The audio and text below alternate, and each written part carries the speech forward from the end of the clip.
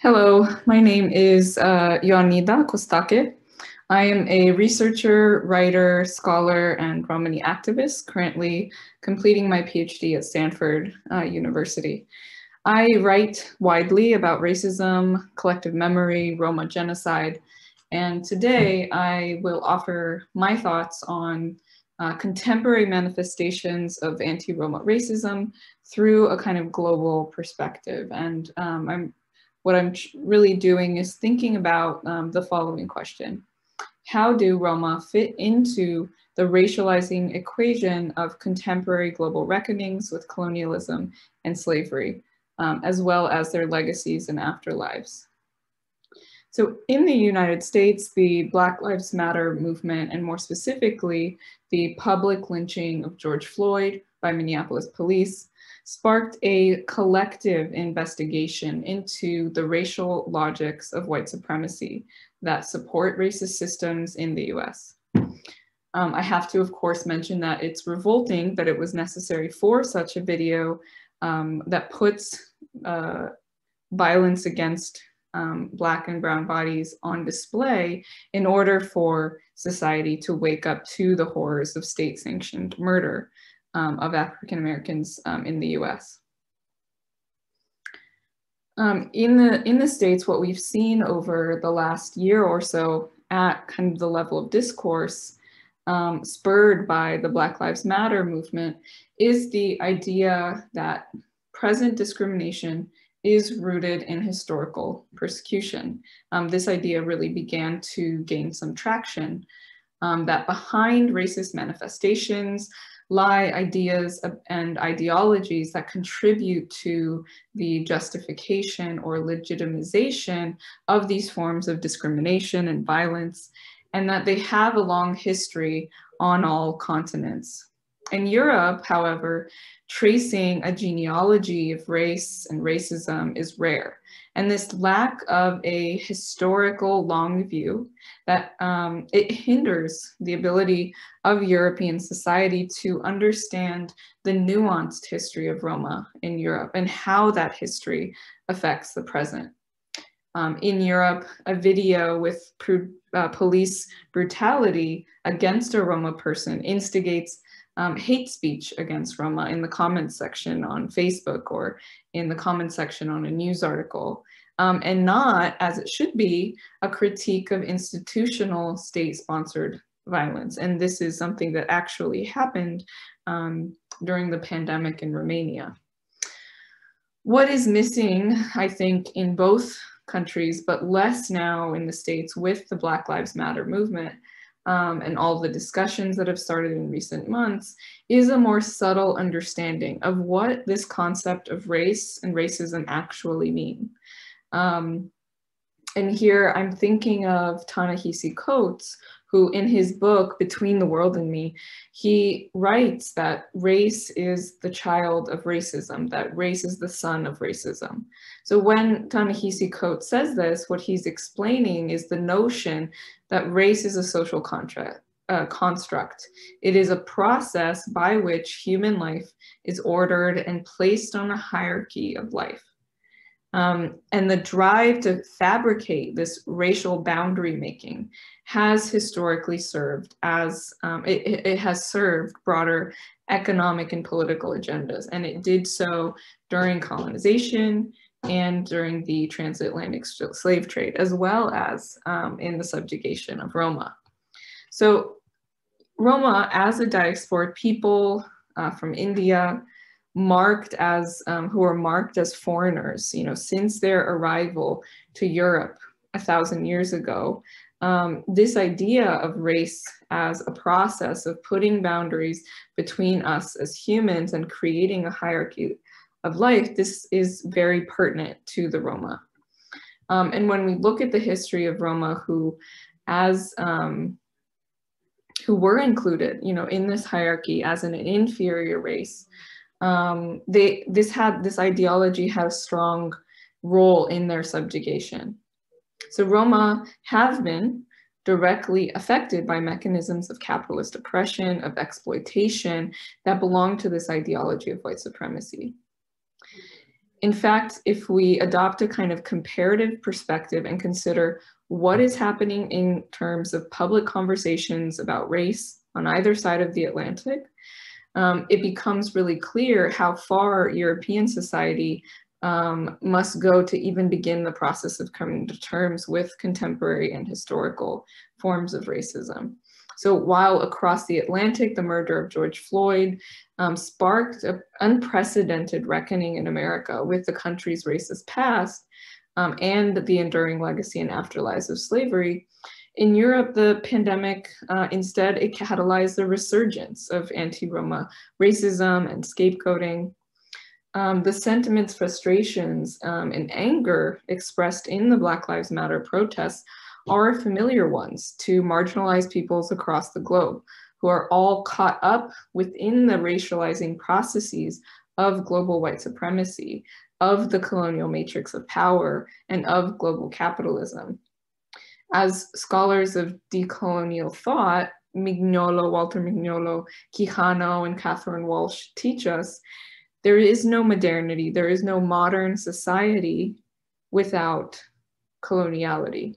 Colonialism is all over, and thus Roma, though often painted as kind of timeless subjects unaffected by global social economic processes, are in fact very much interpolated within these same systems and in no way immune to them.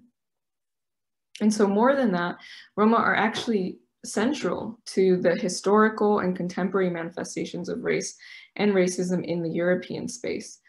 Roma status as a marked and ostracized social category, as a pariah people not belonging to the nation, this idea has endured for over 1,000 years.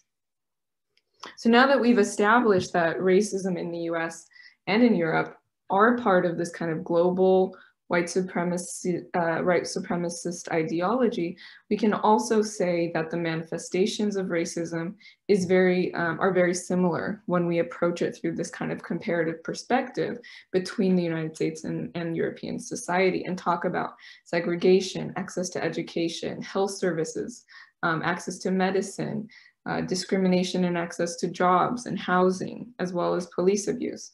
So within Europe, there's a kind of another fragmentation between how Western Europe is kind of blind to the racism that takes place in other parts of Europe. So even though Roma in Eastern Europe are subject to daily instances of intersectional discrimination and racism, there's a kind of unwillingness to see or recognize that outside of those those places. So in Europe, discourse around Roma is problematic in the way that it's framed, because it's framed from a dominant view. It's based very much on individual behavior and how Roma fail to adhere to social norms. And this thinking is problematic in two ways. And first, that it denies the barriers imposed by society on marginalized communities.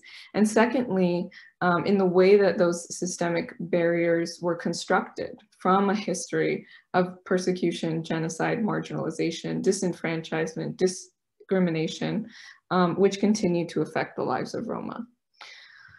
And one of the important dimensions of that ongoing discrimination is the institutionalization of ignorance surrounding Roma trauma, of slavery, genocide during the Holocaust, and even forced assimilation. The example of enslavement of Roma in Romania is a good example of a historical trauma that lasted 500 years that's often forgotten as part of European history. And it also pertains, more broadly to Europe, to the Roma Holocaust, in a way in which Roma memory has failed to penetrate into widespread understanding of the Second World War and the role of Roma persecution during the Holocaust.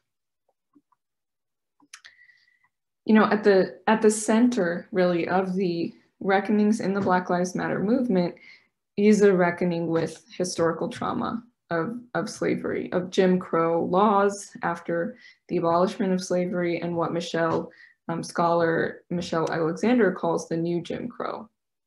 And no such collective kind of engagement exists in European society about the historic trauma endured by Roma in Europe.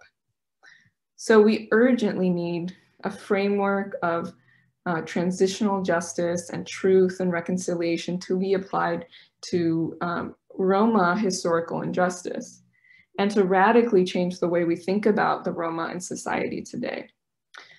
This is long overdue in the case of Roma slavery, which was a large-scale institution and systemic human rights violation, which was never accorded due attention. Since the abolishment of slavery 165 years ago, there simply has not been an adequate response to this historic persecution. There have been ineffective, misguided, or even half-baked efforts to attempt a truth and reconciliation process, but they have not succeeded in shifting the antagonism with which Roma issues are framed by dominant society. The preservation of memory, of Roma memory, is important for that struggle for recognition, acknowledgement, reconciliation, but it should also inform how those in positions of power act to make systemic change and to really truly understand the challenges that Roma face and the historic dimension to them. So it's important to recognize that it's impossible to heal from trauma without reciprocity, without a person to listen, and without actions that come out of that process of remembrance from the persecuted side.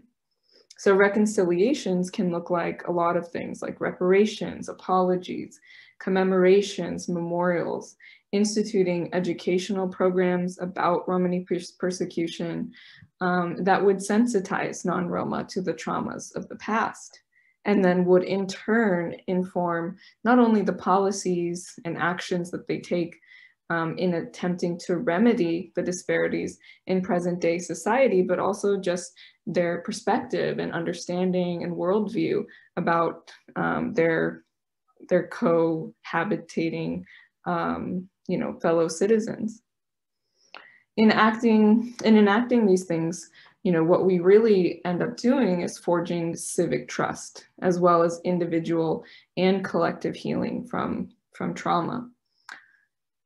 In enumerating this list, however, it strikes me how far we still have to go before we can enact any semblance of reconciliation surrounding these traumatic historic events that really, again, affect the present day situation for Roma. It's very important, it's imperative that when we consider Roma historical injustice through the lens of truth and reconciliation, that the past injustice is recognized as both a social but also an economic problem.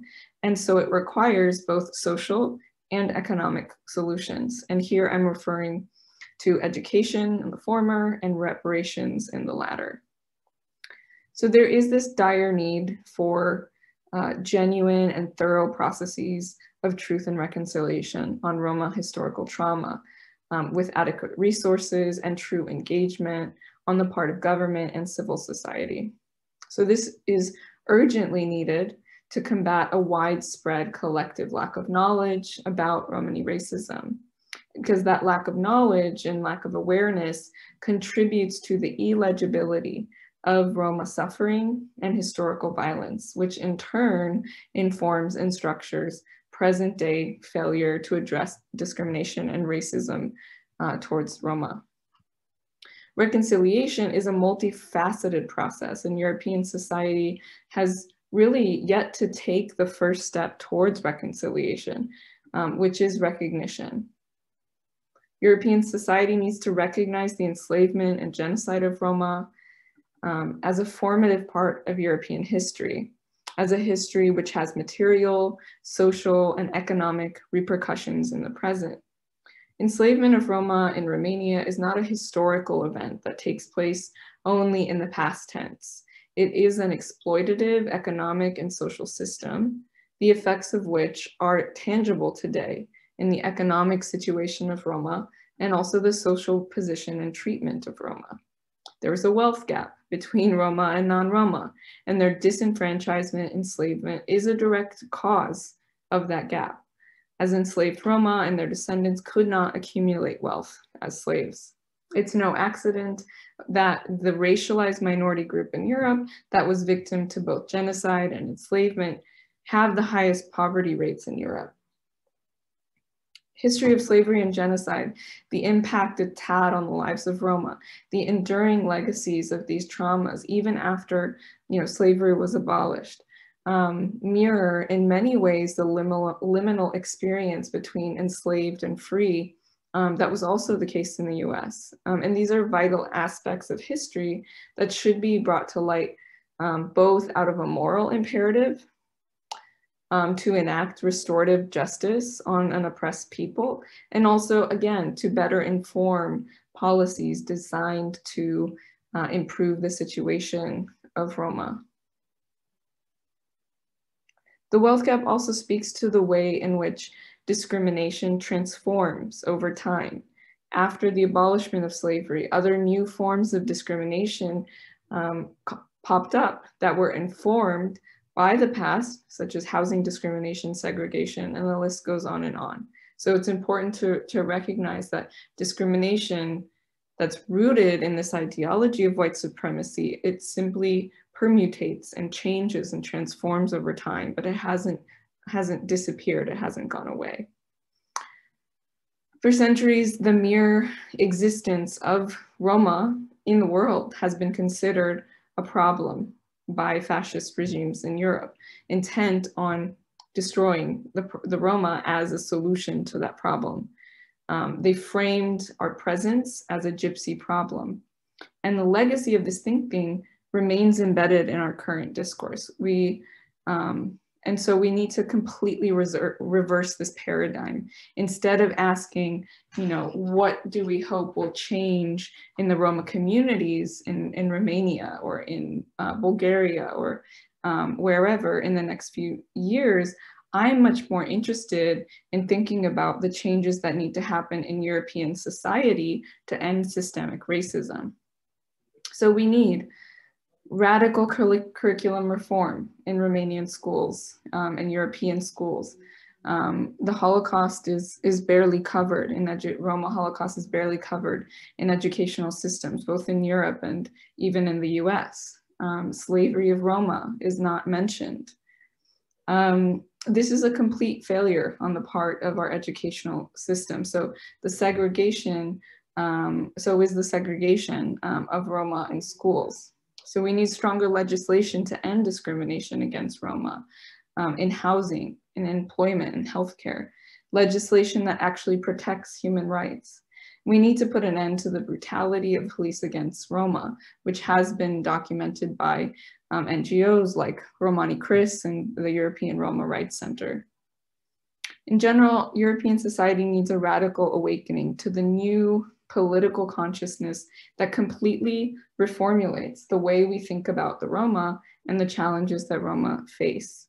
And part of this reclassification refers to the recognition of complicity and responsibility in building a world in which Roma face social, structural, institutional, and systemic racism. And by this, I mean neo-Nazi pogroms, white supremacist marches that are sanctioned by the state that are against Roma, police brutality, and the list goes on. Historically and today, European society looks at the problems faced by Roma and tries to blame the victim. So we need to no longer think of Roma as a problem that we need to solve. This was the ideological approach of the Nazis, and their solution was extermination. And here I don't exaggerate. The way in which Nazis spoke about Roma and Sinti as criminals, as asocials, as parasites, sucking the health of the nation, is extremely similar, eerily similar to contemporary discourse. And it has been 70 years since the Holocaust, but ideologically, we have not made enough progress in changing our approach. So until our thinking is reversed, until we realize that the real problem lies in the structures and in the systems that support white supremacy in our society, until we recognize the current effects of historical persecution on Roma, we have very little hope of creating a world which is fair and equitable for all.